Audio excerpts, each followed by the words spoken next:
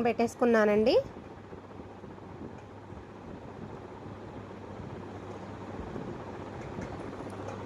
ఎన్ని ప్రసాదాలు ఉన్నా కానీ ఈ గారెలు బూరెలు మాత్రం దేవుడికి ఇష్టమైనవి.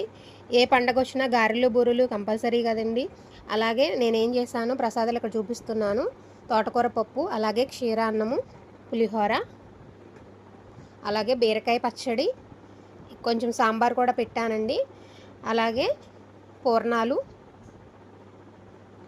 గారెలు, కొంచెం ఈ బెండకాయ ఫ్రై కూడా చేశాను. నేను అదైతే చూపించలేదండి, చూస్తున్నారు కదా, బెండకాయ ఫ్రై కూడా చేశాను. మొత్తం ప్రసాదాలన్నీ కంప్లీట్ అయిన తర్వాత రైస్ కడిగి పెట్టేసి నేను ఇక దేవుడిని అలంకరించుకుందామని మొదలు పెట్టేశానండి. ఒక పళ్ళెంలో కొంచెం పసుపు నీళ్ళు వేసి పద్మం అయితే వేసేసుకున్నాను.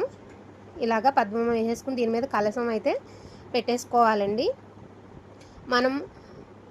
అలాగే ఇక్కడ నేను ఒత్తి పత్తి కూడా రెడీ చేసేసుకున్నానండి. ఈజీగా చేసేసుకోవచ్చు మనం ఇంట్లోనే. ఇలాగా తీసిన దూది ఉంటే, నీట్గా చేసుకున్న దూది ఉంటే కనుక ఇలాగే ఈజీగా ఒత్తి పత్తి చేసేసుకోవచ్చు. మనకి బయటే కొనుక్కోవాల్సిన అవసరం లేదండి. అలాగే ఇక్కడ నేను పసుపుతో ఇలాగ చేస్తున్నా కదా, కుంకుమ కూడా తడిపి చేసుకోవచ్చు, గంధం కూడా తడిపి చేసుకోవచ్చు అండి. ఇలా ఈజీగా చేసేసుకోవచ్చు. అలాగే మొత్తం అలంకరణ అయితే రెడీ చేసేసుకున్నానండి పూజకు ముందు. చూస్తున్నారు కదండి, ఈ సంవత్సరం మనకి ఈ కేదారేశ్వర వ్రతంలో అత్యంత ముఖ్యమైనవి ఈ తోరాలండి.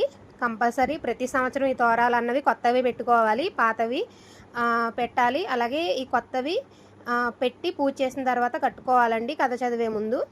ప్రతి సంవత్సరం ఇలాగే చేసుకుంటాము. ఈ సంవత్సరం మా కార్తీక సోమవార వ్రతం అయితే ఇలాగ కంప్లీట్ అయింది. నేను పూజ అంతా మొత్తం వీడియో అన్నది తీయలేదండి, మొత్తం ఇప్పుడు కథ చదివేటప్పుడు వీడియో అన్నది తీశాను. చూస్తున్నారు కదా, మా చిచ్చరపీడుకు కూడా